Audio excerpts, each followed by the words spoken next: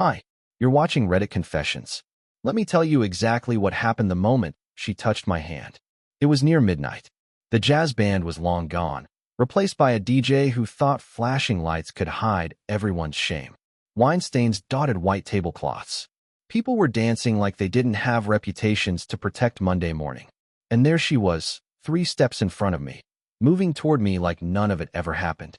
She reached for my hand with this look, this gentle, sorry smile I'd never seen before.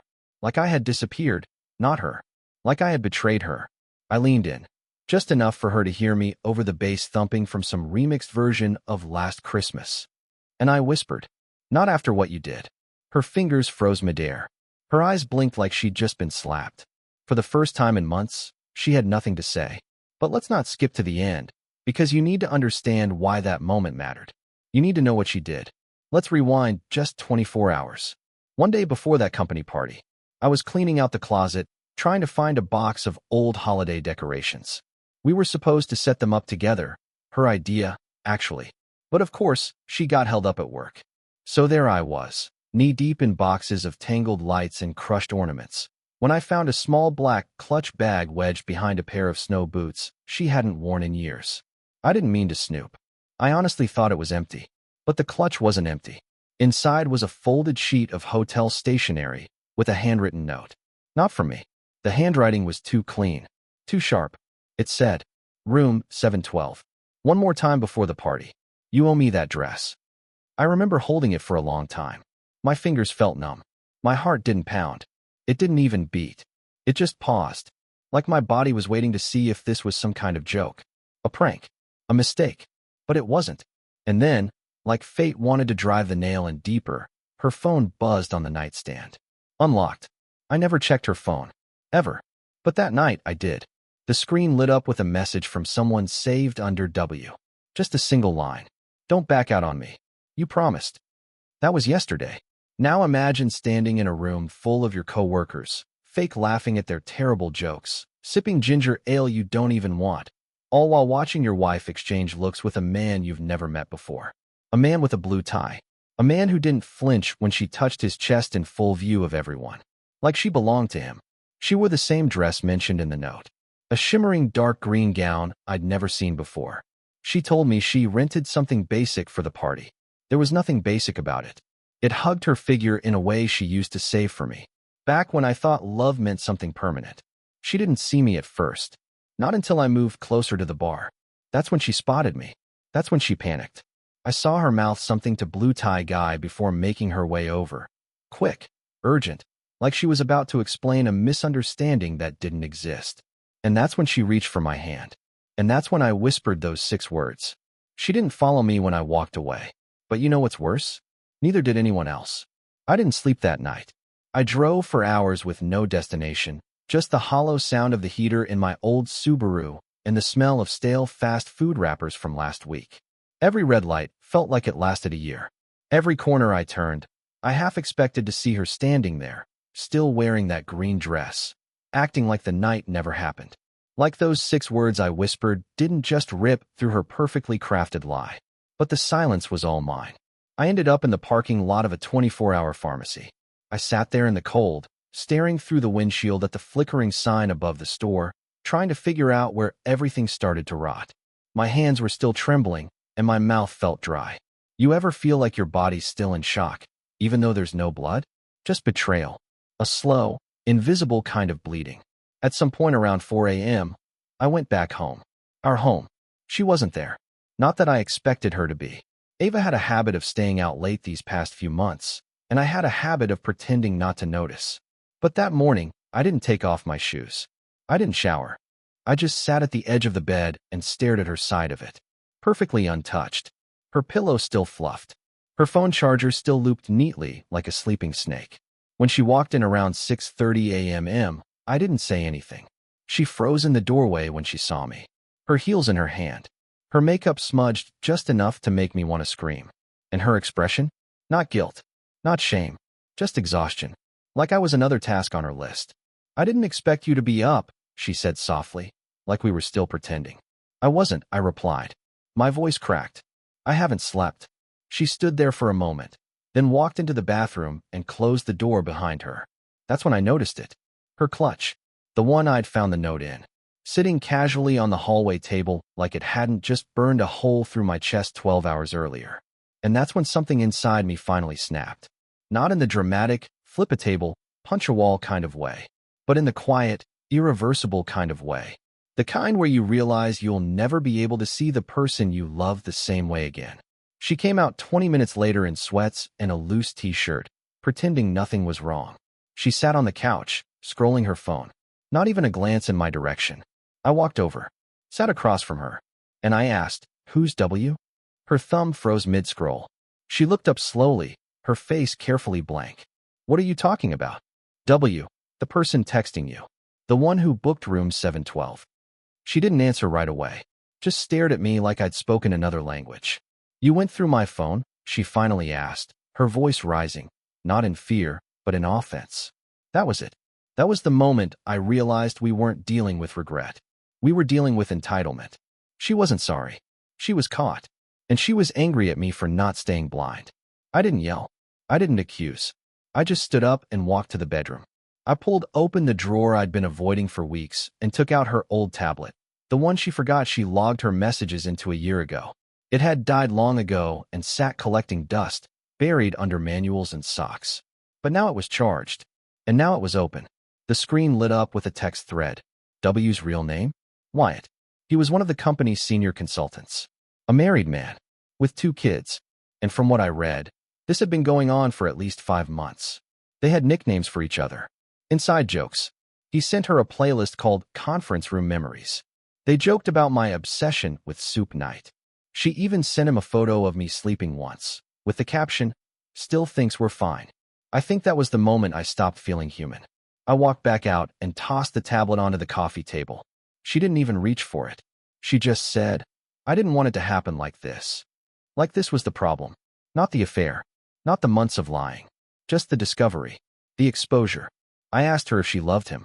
She didn't answer. I asked if it had happened in our house. She didn't deny it. I asked if there were others. She looked away. I stood there, feeling like a ghost in my own home, my own marriage, and I said the one thing I could manage without falling apart. "I need you to leave." Her voice cracked this time. Just like that. I almost laughed. "No, not just like that. It's never just like anything, Ava. It's always layers with you. Smiles and secrets. Love and betrayal. So no, it's not just like that. It's just finally." She didn't pack. She didn't cry. She walked to the bedroom, grabbed a bag, and left without a single backward glance. I sat on the couch for hours after that. I didn't even realize it had started snowing until the lights flickered and I saw the soft white flakes through the window. The first snow of the year. Used to be our favorite night. Ava and I would make cocoa, sit under blankets, and pretend the world outside didn't matter. Now I sat alone, watching it fall, in silence. The morning after she left was hauntingly quiet. I didn't wake up so much as I just rose, slowly, from the bed like someone coming back from the dead. I didn't know what time it was. I hadn't slept. I had just laid there, staring at the ceiling for hours, waiting for answers that would never come from above. The house was too quiet. Her presence had been scrubbed from the air, but the ghosts of her still lingered in everything. Her hair tie was still on the sink. Her favorite mug was in the dish rack. Her shampoo still scented the bathroom like she was going to walk back in and ask if I wanted to split a banana for breakfast. But she didn't. And I knew, with the kind of cold certainty that stings deeper than rage, that she wasn't coming back. Not really. I should have cried. I didn't. I should have screamed. I didn't. What I did instead was something more pathetic. I checked the couch. I checked the closet. The nightstand drawer. The corners of the house she usually forgot about. I don't even know what I was looking for. A note, maybe. Some explanation. Some attempt at remorse. But all I found was a little black USB drive wedged between 2 old notebooks in the drawer of her desk. And here's where things take a turn I didn't expect. It didn't have a label. No password.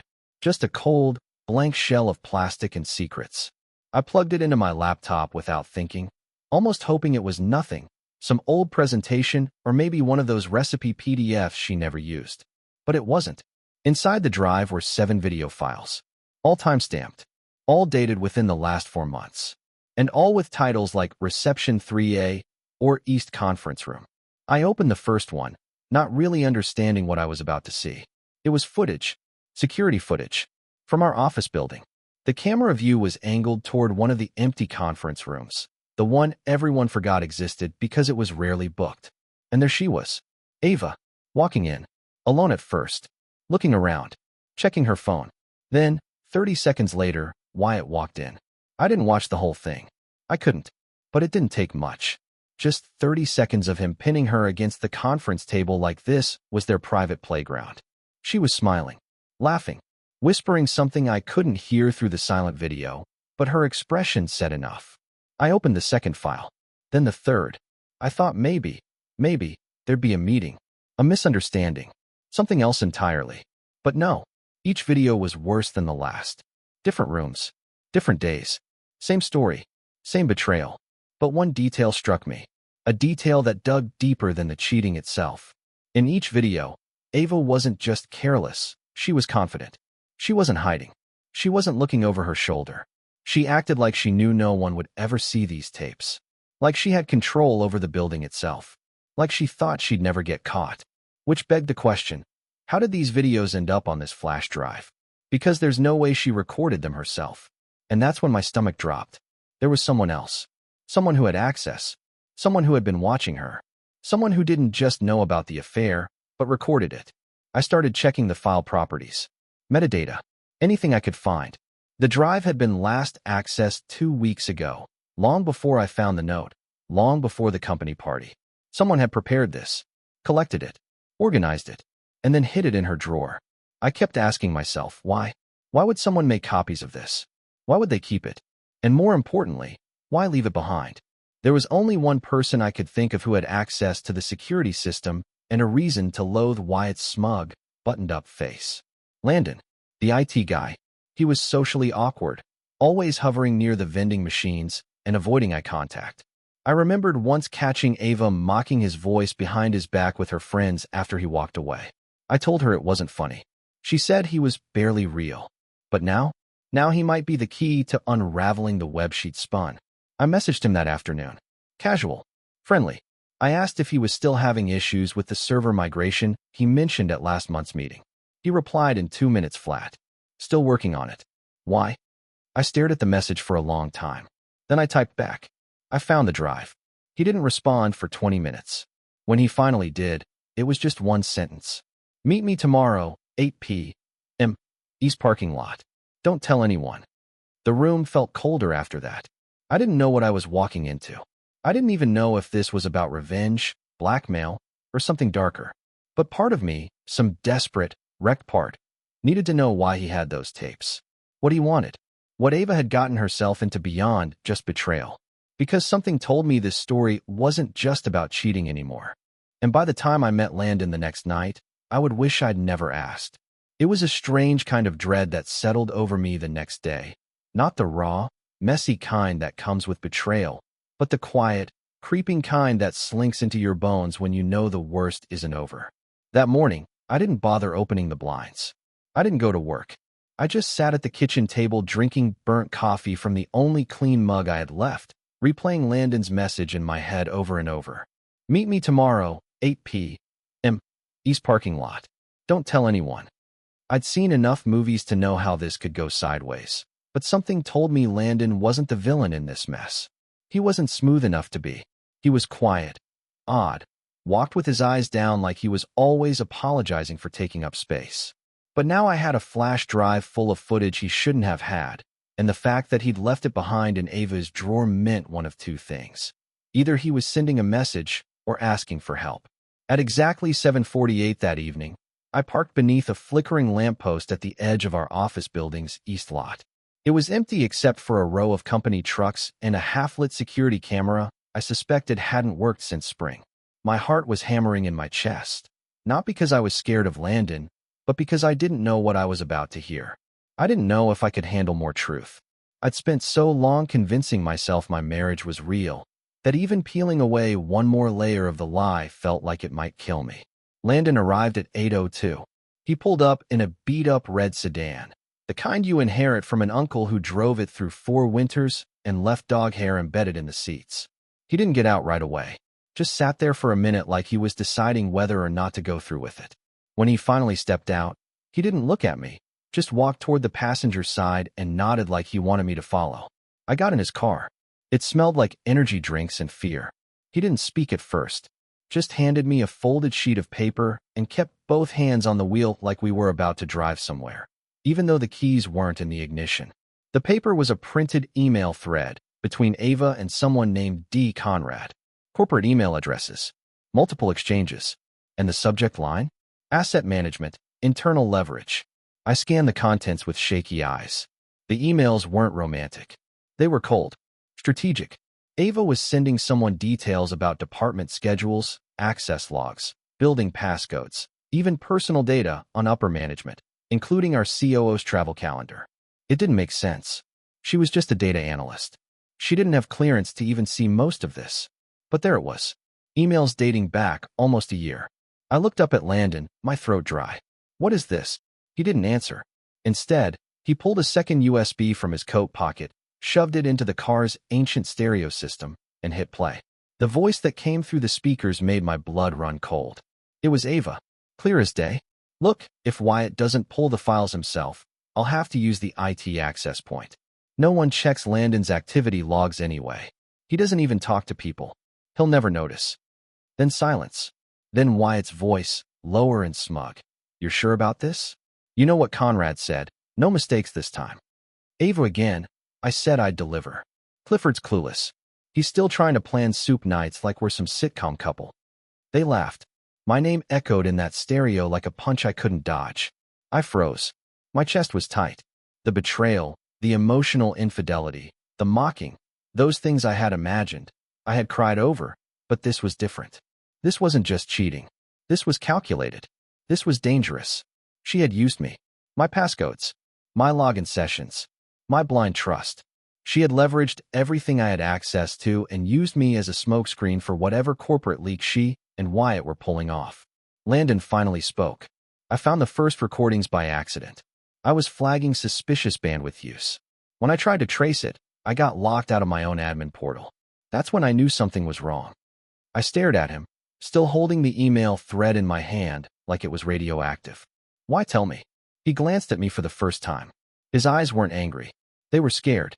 Because I think they're setting you up. The silence after that was the loudest thing I've ever heard. He told me he'd seen Wyatt slip into my office after hours. That he'd noticed file transfer logs showing documents being uploaded from my account. That Ava had requested a reissued security badge for me 2 weeks ago, claiming I lost mine, even though I hadn't. All signs pointed to one horrifying conclusion. I was going to be the fall guy. Wyatt and Ava were orchestrating some kind of data breach. And when it came time to explain it, the evidence would point to me. The sad, naive husband who worked in vendor relations, who still left his laptop unlocked when he went to the break room. The man who wouldn't see it coming until HR escorted him out with a box of his things. I left Landon's car in a daze, clutching the documents like they were life preservers. He told me to be careful, that he had copies, that he didn't trust anyone anymore. I didn't go home that night. Instead, I booked a room at a highway motel under a fake name and sat on the bed staring at the wall for hours, wondering how much of my life had been fiction. Was Ava ever in love with me? Or was I always just an access point? A useful idiot? I wanted to scream. I wanted to smash something. But all I could do was whisper her name once, into the darkness, and then sit with the echo. She didn't just cheat. She buried me beneath her lies. The motel walls were so thin I could hear the guy in the next room watching some late-night infomercial about nonstick frying pans. Every 15 seconds, the host kept shouting, "But wait, there's more." And the irony wasn't lost on me. Because that night, sitting on a scratchy comforter in a room that smelled like bleach and cigarette ghosts, I realized my own nightmare had layers I hadn't even peeled back yet. There was more. There was always more. I spent hours going through the evidence again. Landon's printouts, the copied files, and the recorded conversation between Ava and Wyatt that I must have replayed 20 times. My name in her mouth made my skin crawl, but it was the tone that haunted me. Cold, clinical, like I wasn't a person but an obstacle. A device she used to get past digital locks and gain access to files I didn't even know I had clearance for. Somewhere between the first betrayal and the last email, Ava had become a stranger in every possible way. By the time the sun started creeping through the busted blinds, I had made a decision. No more silence. No more playing the stunned, wide-eyed husband while they orchestrated my destruction from the shadows. I didn't know exactly how far this thing went, or what kind of people D. Conrad and Wyatt were working with, but I wasn't going to go down as the fool who let it happen. I called in sick to work that morning, even though I knew it wouldn't matter. If what Landon said was true, they'd already set the dominoes in motion to pin the entire thing on me. But I needed time, not just to think, but to plan. I drove back to the house, half expecting the locks to be changed or some kind of legal notice to be taped to the door. But no, just the same crooked welcome mat and the quiet lie of normalcy. Inside, it was worse. Her scent still lingered faintly in the hallway. A drawer was half open. A jacket still hung by the door. It looked like she might come home any minute. But she didn't, and I didn't care if she did. I went straight to my old backup drive, the one I hadn't touched since before the wedding. It was dusty, slow, and clunky, but it still worked. I started copying everything Landon had given me. Then I began adding files of my own, screenshots from Ava's laptop, photos of the hotel note, even a video I secretly recorded of my confrontation with her after the party. My hands trembled the entire time. I wasn't a spy. I wasn't tech-savvy. I was a man barely holding it together while trying to build a case to prove he wasn't the villain in someone else's crime. That evening, I did something even riskier. I messaged Wyatt. From a burner account I made using a new SIM card I picked up on my way home. All I said was, "Conrad's not happy. I have everything. Let's talk." I didn't expect a reply, but 10 minutes later, it came. "Who is this?" I stared at the screen, breathing hard, my heart punching at my ribs. I waited, then typed, "Someone who knows what Ava gave you, and what she took from Clifford." 3 dots. Then they vanished. Then came another reply. "Meet me tonight. 11 p.m. Parking structure, 3rd floor. No cops." I read it twice. Then a third time. I had no plan. No backup. But something inside me said go. So I did. At 10:48, I pulled into the parking structure downtown. It was half lit, the kind of place that echoed with every footstep like it was begging for drama. The 3rd floor was empty, just my car and a single black SUV parked near the edge. I got out slowly, hands visible, no bag, no phone, just the drive in my coat pocket and a recorder in my sock, hidden. Wyatt stepped out a moment later. He looked taller than I remembered. Or maybe it was just the way the overhead lights cut sharp lines across his face. He didn't look surprised to see me. If anything, he looked annoyed. "You're Clifford," he said flatly. I nodded. "You're Wyatt." He smirked. "Not who you expected, huh?" I didn't answer that. Instead, I held up the USB. "You know what this is." He stepped closer, but not too close. He kept his hands in his pockets, like he was weighing something. "You've got no idea what you're playing with." That's when I noticed it. His right hand twitching slightly, just once. Nervous? Armed? I didn't know, but I held my ground. "You used my wife, and you used me to do it." "She used you," he corrected. "Don't confuse things. She said she loved me." He shrugged. "She says a lot of things."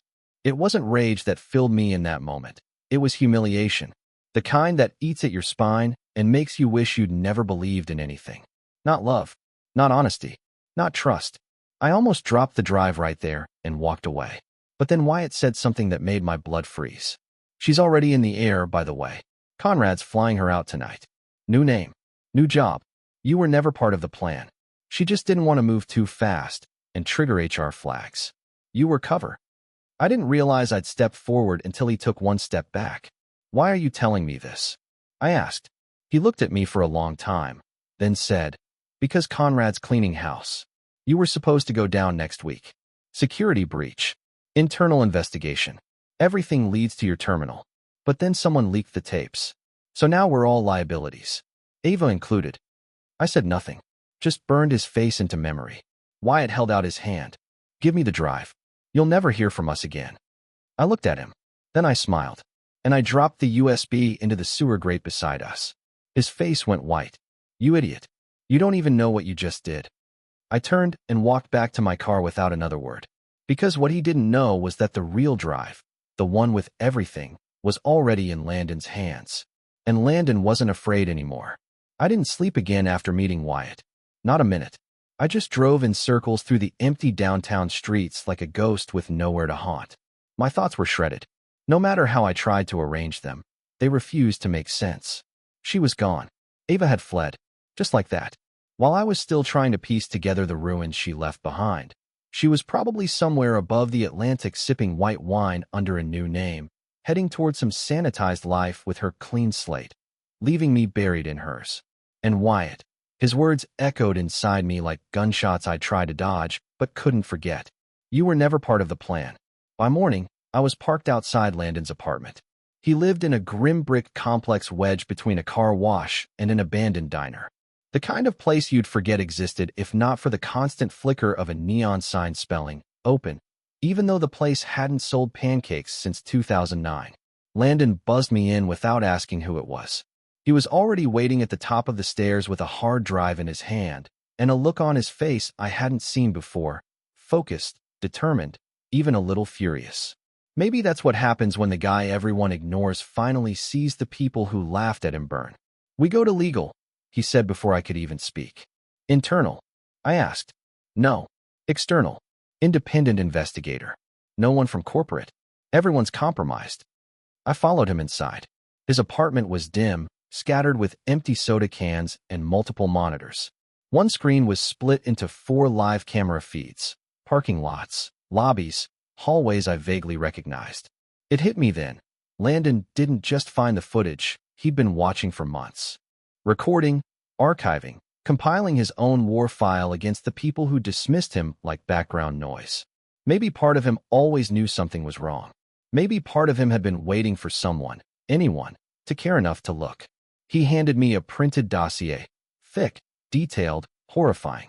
Financial records, VPN logs, badge usage data, even altered login metadata that proved beyond a doubt that my employee ID had been cloned and used remotely, exactly as he warned. All roads pointed to one endpoint. I had been framed for a leak orchestrated at least 6 months earlier, with every step deliberately designed to make me look like the mole. And Ava had been the one guiding the whole operation from the inside. We uploaded a secure copy of the report to a private investigator I'd hired overnight through a third-party firm recommended anonymously in a whistleblower forum. The guy on the phone, Jackson, had a voice like gravel and gave me 2 pieces of advice. 1, disappear for now. And 2, expect someone to try and shut me up within 72 hours. He wasn't wrong. 2 days later, I received an email from the company's HR department.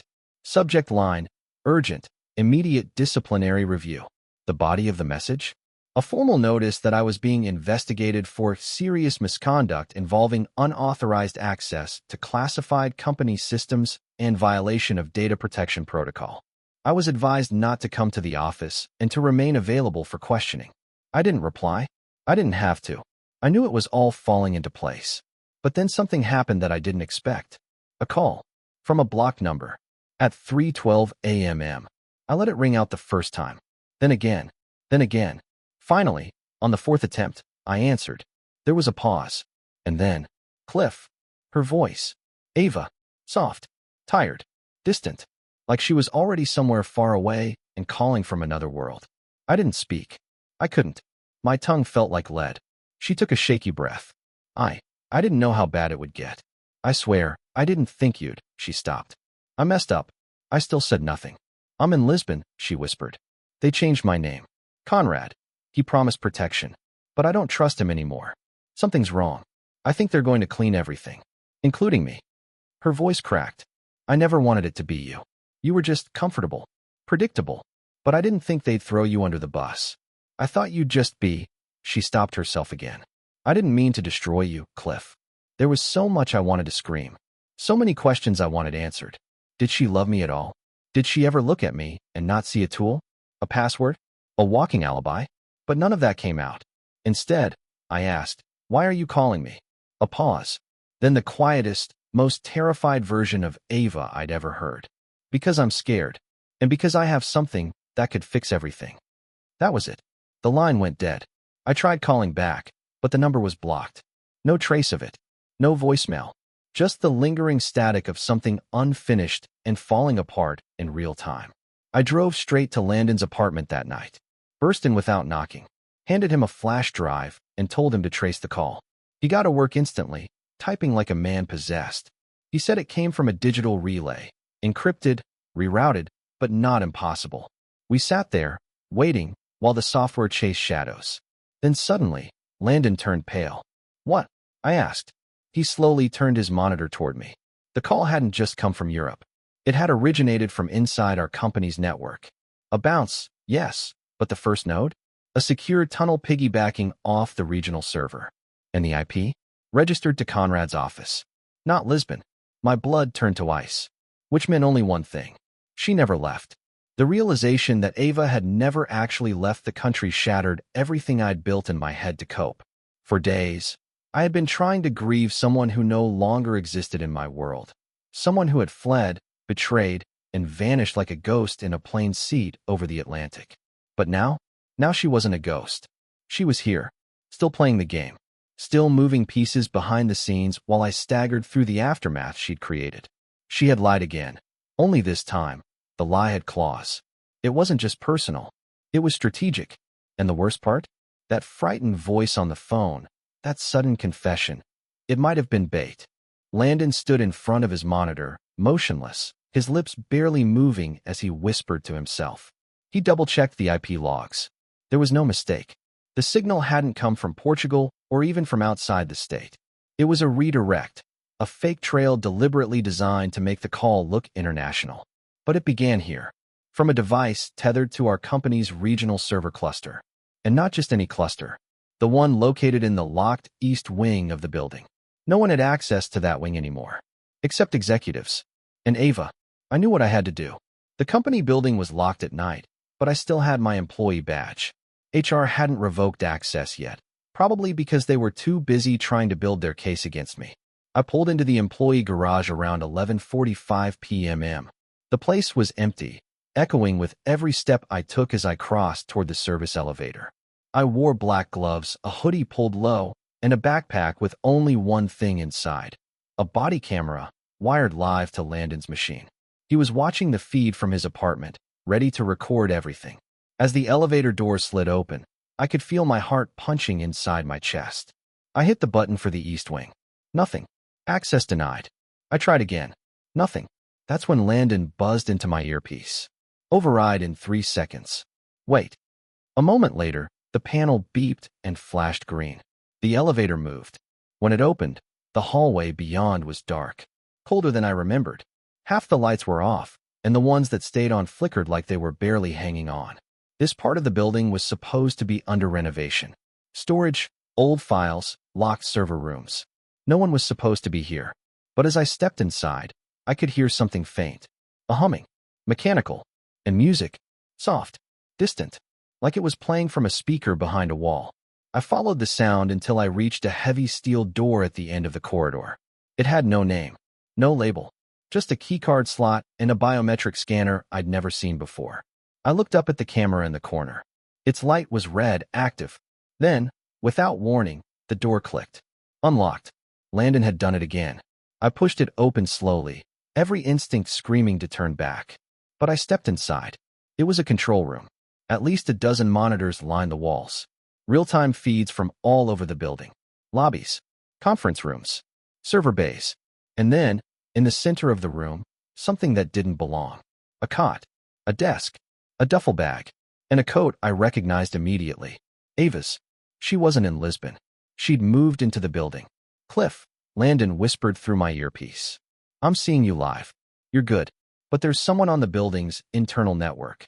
They just logged in under an admin profile. They know you're there. Suddenly, I heard a click behind me. I spun around. She was standing in the doorway. Hair up. No makeup. Wearing a company hoodie and sweatpants like she'd been sleeping here for days. She didn't look surprised to see me. Just tired. You're early, she said. I stared at her, words caught somewhere between my stomach and throat. She stepped in and closed the door behind her with a soft thunk, sealing us inside the surveillance room. Why?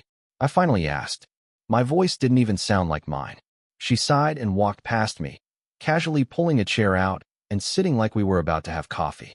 Because Conrad cut us off, she said. After the footage leaked. After you started poking around. You said you were scared. I am scared, she said sharply. But not of you. Of them. Of what happens to people who get sloppy. You think I was trying to hurt you? Cliff, I was trying to survive. I laughed. Ugly. Broken. You used me. Lied to me. Slept with a coworker and helped frame me for something I didn't even understand.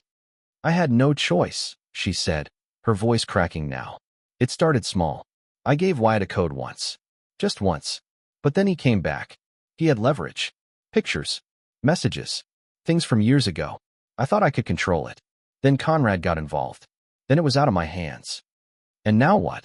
I asked. You're hiding in a tech room like some corporate fugitive? Is this your endgame? She stood then, walked over to the duffel bag, pulled out a laptop and tossed it to me. Everything's in there, she said. Every file. Every log. Wyatt's communications. Conrad's shell accounts. My confession. Use it. Burn them. I don't care. I stared at the laptop. I didn't move. She came closer. I know you hate me, she whispered. But if they come for me, I don't want to disappear without someone knowing I tried to fix it. Before I could say anything, the lights in the room blinked. Then everything went black. Power failure. Emergency systems kicked in, flooding the room with red light. And then a sound. The elevator doors. Opening. Closing. Footsteps. Not hers. Not mine. Someone else had entered the east wing. Landon, I whispered into the mic, do you see this? Silence. The feed had gone dead. Ava looked at me, her eyes wide for the first time in weeks. We need to go? Now. But we were already too late. Because whoever was coming, they weren't here to talk. The footsteps were getting closer, measured, deliberate, echoing through the concrete corridor outside the surveillance room like a countdown. Ava and I were frozen, bathed in the red glow of backup lights, staring at the closed steel door like it was our last line of defense. My hands clutched the laptop she'd thrown me, and inside it, everything. The smoking gun, the confessions, the encrypted files Landon hadn't even seen yet. It was all there, ready to either save me or vanish with me. Then, just as I stepped in front of Ava to shield her, yes, even after everything, my earpiece crackled. Cliff, back online. I've got eyes again, Landon's voice cut through. Listen carefully, emergency stairs. Right side. Take them now. I didn't wait. We sprinted. Ava at my back. We tore through the hallway, past flickering lights, and into the emergency stairwell. The pounding of boots behind us didn't stop, but they weren't running. They weren't chasing. Just following, like they knew we'd come to them eventually. But we didn't. Landon had triggered the fire alarm on the second floor remotely. The sprinkler system engaged. Security scrambled. And while chaos flooded the main floors, Ava and I slipped through the parking garage exit, barely visible under the smoke-filled emergency strobes. By morning, we were gone. Not just from the company, but from the map. The PI, Jackson, had everything. The drive, the laptop, the call logs, the proof. He contacted a federal cybercrimes task force the next day. Within 48 hours, Conrad was detained. Wyatt went underground. And the company's executive board scrambled to issue statements about rogue employees and unauthorized actions. But it was too late. They'd been exposed. And me? I was cleared. I got an official apology from the company 2 weeks later. A confidential settlement followed, and I took it, not because I cared about the money, but because it meant I could finally let it go. All of it. The betrayal, the gaslighting, the slow erosion of who I thought I was. That chapter closed with a signature and a wire transfer. And Ava? She didn't run again. She testified, said everything on record, named names, walked straight into the fire and didn't flinch. I don't know if it was guilt or survival or something in between. But the truth is, she gave me back my life. We haven't spoken since. I live in Vermont now. Small town. Quieter pace. I work remotely. I hike. I cook the soup she used to laugh at. Landon works for a private security firm now. They recruited him after the case went public. He calls sometimes. Still awkward. Still brilliant. Still the unlikely hero in all of this. As for me, I'm okay. Better than okay, actually. I'm free. So yeah, that's my story. I know it's wild. Unbelievable, even. But every word of it happened. And if you've ever been betrayed, really betrayed, you know that the truth doesn't always come dressed like justice. Sometimes it comes slowly, in pieces, through pain and paranoia and people you never thought would matter. But it does come. You just have to be willing to fight for it. Thanks for sticking with me. This is Reddit Confessions, and now I want to hear your story. Drop a comment below and tell us the most shocking thing you've ever discovered about someone you trusted. I'll be reading everything. Until next time, stay smart and stay true.